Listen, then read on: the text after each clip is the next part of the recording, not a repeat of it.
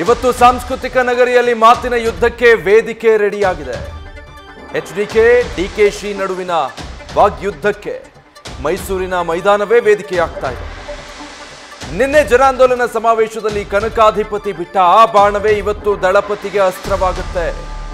ನಿನ್ನೆ BJP JDS ಹಳೆ ಹೇಳಿಕೆಗಳ ವಿಡಿಯೋವನ್ನ ರಿಲೀಸ್ ಮಾಡಲಾಗಿತ್ತು. ವಿಡಿಯೋ ಮೂಲಕವೇ ಕೌಂಟರ್ ಕೊಡೋದಕ್ಕೆ ದಳಪತಿ ಕೂಡ ಪ್ಲಾನ್ ಮಾಡಿದ್ದಾರೆ.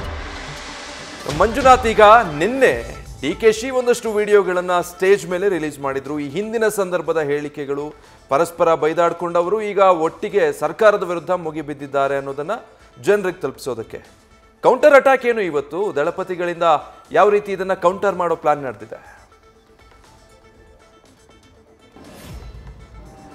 ವಿಜಯ್, ನಿನ್ನೆ ಸಿಎಂ ಸಿದ್ದರಾಮಯ್ಯ ಅವರ ನೇತೃತ್ವದಲ್ಲಿ ನಡೆದಂಥ ಜನಾಂದೋಲನ ಸಮಾವೇಶದಲ್ಲಿ ಜೆಡಿಎಸ್ ಮತ್ತು ಬಿಜೆಪಿ ನಾಯಕರಿಗೆ ಟಕ್ಕರ್ ಕೊಡಲಿಕ್ಕೆ ಸಿಎಂ ಮತ್ತು ಅವರ ಕ್ಯಾಬಿನೆಟ್ ಸಚಿವರು ಒಂದಷ್ಟು ಪ್ಲಾನ್ಗಳನ್ನು ರೂಪಿಸಿದ್ರು. ಅದರಲ್ಲೂ ಕೂಡ ಪ್ರಮುಖವಾಗಿ ಹಿಂದೆ ಏನು ಮಾಜಿ ಮುಖ್ಯಮಂತ್ರಿ ಎಚ್.ಡಿ. ಕುಮಾರಸ್ವಾಮಿ ಆಗಿರ್ಬೋದು, ಜೊತೆಗೆ ಬಿಜೆಪಿಯ ನಾಯಕರುಗಳು ನೀಡಿದಂಥ ಹೇಳಿಕೆಗಳ ವಿಡಿಯೋಗಳನ್ನು ಪ್ರಸಾರ ಮಾಡುವ ಮುಖಾಂತರ ಡಿ.ಸಿ.ಎಂ ಡಿ.ಕೆ. ಶಿವಕುಮಾರ್ ಅವರು ನೇರವಾಗಿ ಏನು ಕುಮಾರಸ್ವಾಮಿ ಅವರನ್ನು ಅಟ್ಯಾಕ್ ಮಾಡುವಂಥ ಕೆಲಸವನ್ನು ಮಾಡಿದ್ರು.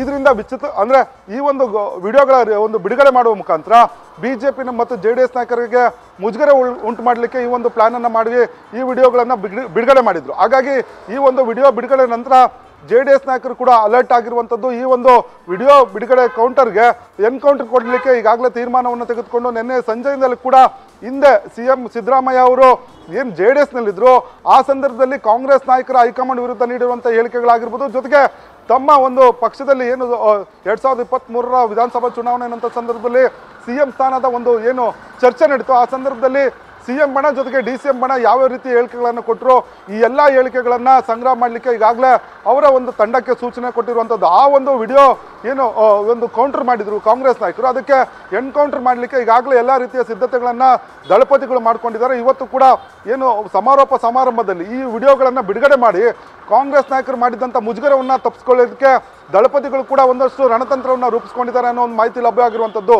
ವಿಜಯ್, ನ್ಯೂಸ್ ಫಸ್ಟ್ ನಿರ್ಭೀತಿಯಿಂದ ನಿಮ್ಮ ಪರವಾಗಿ.